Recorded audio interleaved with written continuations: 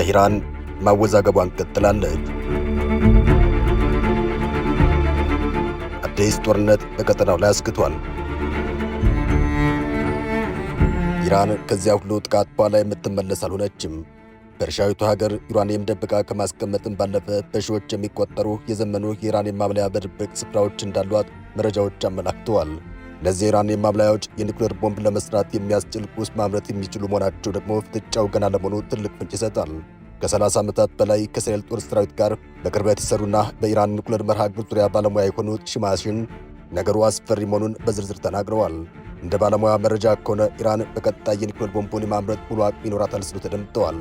እነሱ በተለያዩ ኢራን ስፍራዎች በመቶዎች አሊያም ደግሞ በሺዎች የሚቆጠሩ የዩራኒየም ማብለያዎች ደብቀው አስቀምጠዋል። አሁን አሊያም ነገ ምን ማድረግ አይችሉም፣ ወደፊት ግን ቦምቡን የመገንባት ሙሉ አቅም ይኖራቸዋል ሲሉ ተደምጠዋል። የተሰማው አያቶላህ አሊ ኻሜኔ ከዚህ በኋላ የሀገሪቱ ብሔራዊ ደህንነት የኢራን እስላማዊ ዘብ ሙሉ ኃላፊነቱን ወስዶ እንዲጠብቅ ትእዛዝ መስጠታቸው ከተነገረ በኋላ መሆኑን ሁኔታዎች ይበልጥ አሳማኝ ያደርጋቸዋል። እስላማዊ ዘብ አሁን ላይ በኢራን ሁሉም ነገር ተቆጣጥሮ የሚገኝ ሲሆን ጥሩ ሥራ እየከወነ ነው ሲሉም አንድ የኢራን ባለሥልጣን ለዚህ ቴሌግራፍ ተናግረዋል። በሺን እምነት በፎርዶው ናታንዝና ኢስፋሃን የኒውክሌር ጣቢያዎች ላይ በተፈጸመው ጥቃት ከፍተኛ ጉዳት መድረሱ የሚያጠራጥር አይደለም።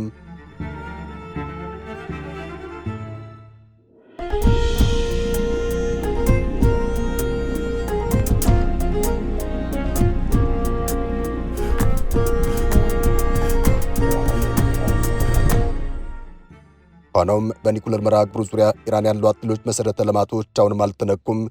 ምንም እንኳን የወታደራዊ አመራሮችና የኒውክሌር ተመራማሪዎች ግድያ ሀገሪቱን ወደ ቀውስ ውስጥ ቢከቷትም በርካታ ነገሮች አሁንም ባሉበት መሆናቸው የታመነ ሆኗል እየተባለ ይገኛል።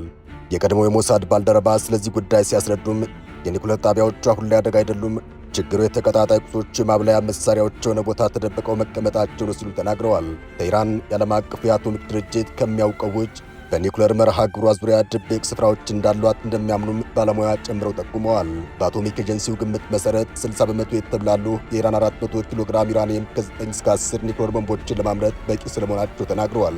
ይህን ለማድረግ የሚያስፈልገው ነገር ደግሞ የዩራኒየሞች የመብላላት ደረጃ 90 በመቶ መድረሱ ብቻ ነው። ሺን በጉዳዩ ዙሪያ እንዳሉት ከሆነም የቀዳሚው ጥቃት ከተፈጸመ ከቀናት ቀደም ብሎም ኢራን ወሳኝ የምትላቸውን ቁሶች ስታሸሽ እንደነበር የሚያሳዩ ምልክቶች አሉ።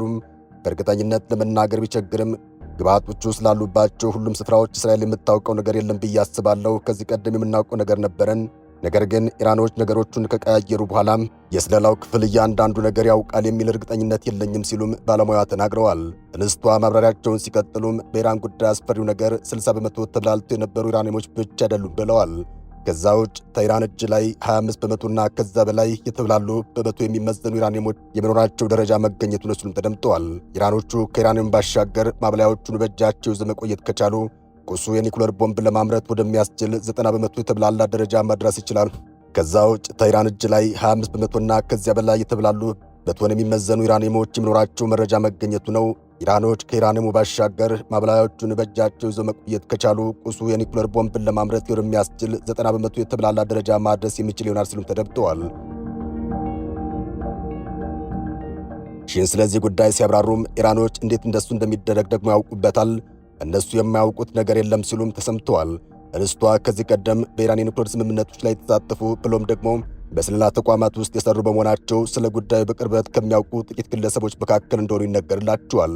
አንድ ስለ ሁኔታው ጥልቅ እውቀት ያላቸው ሌላ ሰው ሲናገሩ ደግሞ በኢራን የኒውክሌር መርሃ ግብር ዙሪያ ለጊዜውም ቢሆን የነበሩት ተግዳሮቶች መገፈፍ ተችሏል ሲሉ ተደምጠዋል። በሰውየው ገለጻ ምንም እንኳን የተብላሉ ዩራኒየሞች በሌላ ስፍራ የማስቀመጥ ጥረቶች ቢኖሩም ስፍራዎቹ የሚታወቁበት ዕድል አለ። ከሁሉም በላይ በዩራኒየም ማብለያውና በአቶሚክ ቦምቡ መሰራት ሂደት የነበሩ ተግዳሮቶችን የሚቀርፍ ስኬታማ ድብደባ ብሎም ደግሞ የኒውክሌር ሳይንቲስቶችን ግድያ መፈጸሙን የመረጃ ምንጩ በአጽንኦት ገልጸዋል። የመረጃ ምንጩ ማብራሪያቸውን ሲቀጥሉም ለ4 አስርት ዓመታት የቆየው የኒውክሌር መርሃ ግብር በ10 ቀናት ድብደባ መቋጨት መቻሉን ተናግረዋል። የጥቃቱ ዓላማ 100% ውድመት ማድረስ ነበር። ስራውን 100% አሳክተነዋል፣ አላሳካነውም፣ ነገር ግን ብዙ ውድመት ደርሷል፣ ነገሩ በከፍተኛ ደረጃ ተመትቷል ሲሉም ተናግረዋል። ኢራን በሌሎች ስፍራዎች ለኒውክሌር ቦምብ ግንባታ የሚሆን ጥሬ ዕቃ ስለማከማቸቷ ሲጠየቁም እኛ ጥሩ የስለላ ሂደት አለን፣ ሁሉንም ነገር እንመለከታለን ብዬ አልናገርም፣ ነገር ግን ብዙ ነገር እንመለከታለን ሲሉም ከሞሳድ የሚያመልጥ ነገር እንደሌለ ለማመላከት ሞክረዋል። የመረጃ ምንጩ ሲቀጥሉም በኢራን የኒውክሌር መርሃ ግብር ላይ የሚፈጸመው ወታደራዊ ግዳጅ የሚቆም እንዳልሆነም ተናግረዋል።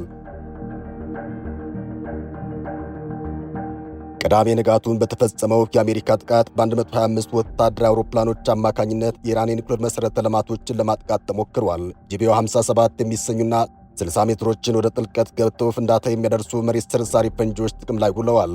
ፎርዶ የኒውክሌር ጣቢያን ቀዳሚ ባደረገው ኢላማም የጥቃቱ ሂደት በአጠቃላይ 15 ያክል መሬት ሰርሳሪ ቦምቦች ወደ መሬት እንደተጣሉ ለማወቅ ተችሏል። በሳተላይት ምስሎች መረጃ መሠረት ቦምቦቹ በትክክለኛው ቦታ መውደቃቸው ባያጠራጥርም የኢራን የኒውክሌር መሠረተ ልማቶች ከ300 እስከ 500 ሜትር ጥልቀት የተገነቡ መሆናቸውን ስፍራውን የጎበኙ ሲናገሩ ቆይተዋል። ባሳለፍነው ሰኞ በፎርዶ የተራራ የኒውክሌር መሠረተ ልማት አቅራቢያ ጥቃት መፈጸሙ በውድመቱ ላይ የተሟላ እምነት እንደሌለም አመላካች መሆኑን የሚናገሩ አሉ። ፕሬዚዳንት ዶናልድ ትራምፕ በአንጻሩ ደጋግመው ሦስቱም የኒውክሌር ጣቢያዎች መውደማቸውን፣ ኢራንም ኒውክሌር የምትታጠቅበት ዕድል እንደሌላት ተናግረዋል። የዓለም አቀፉ አቶሚክ ኃይል ኤጀንሲ ኃላፊ ራፋኤል ግሮሲ በበኩላቸው ተቋማቸው ወደ ኢራን ገብቶ በወቅታዊ የኒውክሌር ጣቢያዎች ዙሪያ ምርመራ ማድረግ እንዲችል እንዲፈቀድለት ጠይቀዋል። አንድ የአሜሪካ የግል ወታደራዊ ተቋም ባወጣው የሳተላይት ምስል መሠረት በፎርዶ የኒውክሌር ጣቢያ 16 ያክል ዕቃ ጫኝ ተሳቢ መኪኖች ሰልፍ ሰርተው ታይተዋል።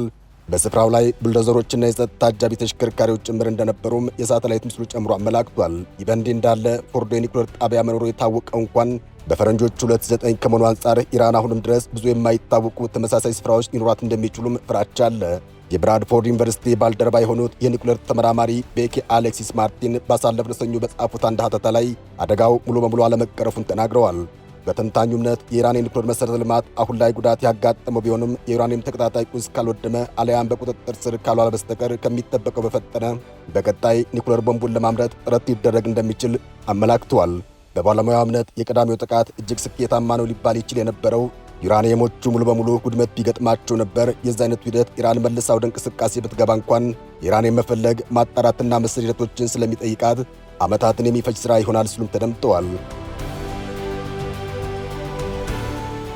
ሆኖም በኢራን እጅ ዩራኒየሞች አሁንም የሚገኙ ከሆነ ነገሮቹ ድራማዊ በሆነ መልኩ ሊቀያየሩ የሚችሉበት ዕድል ሰፊ መሆኑን የኒውክሌር ባለሙያ ጨምረው ተናግረዋል። ባለሙያ ስለዚህ ጉዳይ ሲያስረዱም በኢራን ምንም እንኳን ግዙፍ የማብለያ ጣቢያዎች በስኬት ቢወድምም አገሪቱ በጣም በፍጥነት በድብቅና በአነስተኛ ቦታዎች የኒውክሌር መርሃ ግብሮቿን መልሳ ልትገነባ ትችላለች ሲሉም ተሰምተዋል። በዛው በኢራን አመራር ለውጦች ጭምር እየታዩ መሆናቸው መጪውን ጊዜ በትኩረት መቃኘት አስፈላጊ እንደሆነም ጥቆማ የሚሰጥ ይመስላል። የኢራን አብዮታዊ ዘብ ኃይል በተጽዕኖና በቁጥጥር ስር እየደረጀ መሆኑን ምንጮች ይናገራሉ።